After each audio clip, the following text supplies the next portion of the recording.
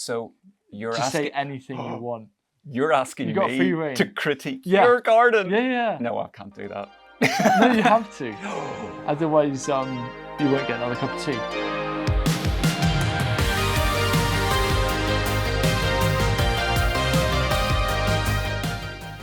Hey everyone, how's it going? Welcome back. And you'll see that I'm not in my own garden. I am in the garden of Huw Richards. Garden of Eden. Oh, it pretty much is. It's like a jungle in here at the Yeah. moment. It's about to all be cleared. Yeah. From tomatoes, cucumbers, Yes. and corn. Yeah, so I'm growing tomatoes, cucumbers, and melons. Because last year I grew Gallia melons. Yeah. And I didn't think they were possible to grow. And they were. Got 4 of them and they were gorgeous. Perfect. Yeah. Everyone knows me about really growing food. Yeah. And I always think a vegetable garden can be very beautiful, and there's so many things that add structure and colour. And like right now I've got all the brassicas in flower, for example. But I don't actually know any principles, because probably with ornamental gardening, a big thing is about aesthetics, and you've probably got principles or rules of thumb. Yep. Are there any that could translate that I could use in my vegetable garden to take some like ideas of ornamental growing and actually use in my garden to help make it even more beautiful, hopefully? Guiding principles. So one of the things you can do is you can use colour to make the space look longer or shorter. Oh, okay, tell me more. Right. So that's always going to look Actually, good. here's a quick question. Yeah. When you went to the garden, Yes. compared to seeing the videos, Yeah. what did you think about the size of the garden? It was way smaller. Yes. Right. Everyone says this. So everyone is like, oh, it's actually quite small, because they think it's huge on videos, and that's... Yeah. I think it was about half the size I thought it was going to be. So I think you've actually got to tell me, do you know about tell us what the colours are for making something feel longer. Oh, yeah. And then I'd like to know actually how to make it feel shorter. So less people think it's really big. Oh, yeah. So if you go to those big herbaceous borders, they will use hot colours close up, because oranges, reds... it's like painting, isn't it? Yeah, when exactly. I used to paint with acrylics, you'd like mix in the warmer colours for the foreground and cooler for the background. Exactly. So you know the way you'd paint like blues and purples for mountains? So it's the same. Those recede and hot colours come forward, and right? That adds depth then. Yeah. So depending on what you want, if you want it to look really deep, you'll put the blues at the back and you'll cycle it up towards the bright colours. Wow. But if you want to do the opposite and you want to crush it, you flip them round. Ah. So if you put your cool colours close to you and your hot colours far away... So I'll put all my I could put all like my borage and cabbage and greens and stuff in the foreground. And then like my Swiss chard and runner beans in the background. Yeah. And rhubarb chard, that would be, just to add that kind of red. And then probably something like the darker sweet peas. Then in that sense, I could start to play that. Yeah, totally. That's interesting. Yeah. Right, okay. So I'm going to flip it on you. While I think about another improvement, right, you know my veg garden from seeing it like on screen. What would be some good advice you could give to me for somebody that's made a raised bed vegetable garden? It got its first load of topsoil last year and I've been growing things in it. But where would you take it from where it is now to get real success? One of the things, especially if you're starting a new bed, one of the things that you can make is a microbial solution. Yeah. So that's where you get literally, it's a Jadam method, and I'm going to be doing a load to apply here in the polycrub, just because the soil here gets really hit hard with really hot weather, but also no rain whatsoever. So it kind of rebalances and helps to propel the microbes, which help actually then make the nutrients more plant available to your plants. So what you do is you get like some leggings, and in one of the legs of the leggings you put 2 boiled potatoes. In another leg you put a big handful of leaf mold, so just under any tree, load of leaves under your apple tree, for example. And then put these in like a 30-litre tub or a bucket. Pinch of sea salt, like a teaspoon. Mix it together and leave it. And after about 3 or 4 days in ambient temperature, it'll start to form a foam, lots of bubbles. And that shows that the microbes are working hard. Okay. Then what you do is you dilute that 1 to 10 with water and water your beds. Yeah. And then you've inoculated with amazing microbes. Soil health should be your number one focus. Yes. Because the health of the soil then will end up determining the health of your plants. I like it. So don't get caught up on having to buy like tomato feeds and stuff like that. You need to think about how can you make the soil as microbe rich as possible. As an ornamental perspective coming to the garden, is there anything where you're like, oh, it could really do with this, or it could really do with that, and it'd make it look better? So you're just asking, say anything you want. You're asking you got me free rein. to critique your garden. Yeah. No, I can't do that. No, you have to. Otherwise, you won't get another cup of tea. Oh God. Okay. Right. Now the stakes are high. Come right. on. I was taking photos earlier of the arch inside. I have a real thing about arches, probably because I just went and bought like a dozen of them for mine.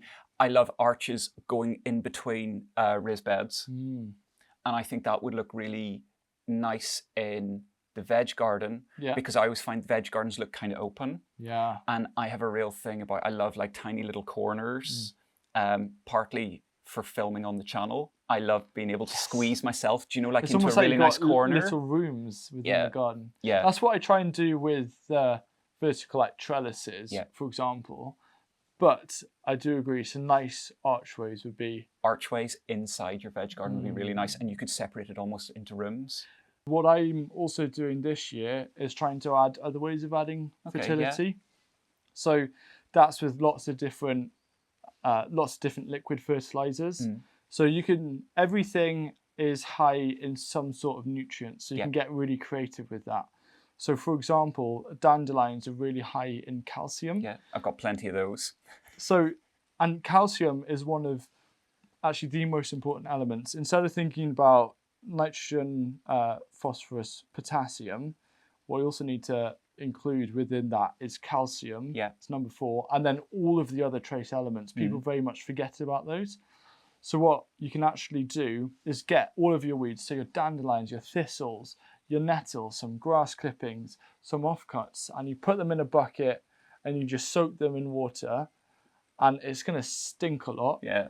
But you then dilute that 1 to 30, 1 to 50 after a month or two and start watering the base of your plants, and that is going to provide plant available nutrients straight to the roots. Oh, brilliant. To help with the growth. This is great, because I'm going to give that a go, because anybody on my channel knows that I have a lot of weeds. But one of the things that really resonated with me is, don't think of weeding as like weeding and tidying up. Think of it as nutrient harvesting. So now, whenever I'm weeding, I'm harvesting nutrients that I can compost or turn into a liquid feed to then, it's the law of giving back, kind of. So whatever you take from a bed in terms of food, you got to give back in some way. Yeah. And so I find weeds are a really exciting part. So now whenever I'm like driving along and I see like thistles and docks and everything, I'm like, oh, I could have that. The potential that could bring, and it doesn't cost anything either. Any other improvements? God, I want them all. Oh, so you got your colours sorted. Hopefully. Grow things that feel special. Because I'm thinking your big drive this year is about not necessarily growing for quantity, but growing for flavour. And actually, I think the same applies for flowers. So grow things that feel special or make you feel special, whether it's growing sweet pea because you love picking sweet pea, or even if you grow something that doesn't necessarily have a defined purpose, because I think in veg gardening, we always go with calendula, tagetes, all of those kind of things, nasturtiums, things that will work in really nicely. I mean, these are going to take over. Yeah, that's all right. I'd live with that. I would also put in dahlias. Really? You don't necessarily need to become a dahlia grower and have loads of them. But, pick 4 that you think look really awesome and put them in amongst the garden and treat that as a harvest as well. That you don't need to go as far as going full on cut flower garden. Yeah. But at the same time, imagine, like when you were showing me around this place for the first time, you were like, oh, try that, taste this. You're picking little bits, which I loved. Imagine that as you're going around grazing little bits, you're also picking little bits that you can bring home. Yeah. One of the things I say, and Liz is here in the Poly Club as well. She's hiding behind the camera. And Liz has some great potato videos. For example, I remember we went and we harvested potatoes grown in grass clippings. I could list 20 different ways that you could grow potatoes. Yeah. And I think for you, because you're starting to build momentum with your vegetable growing, is to stay true to yourself and not get caught in someone saying do this and then you feel you have to do that.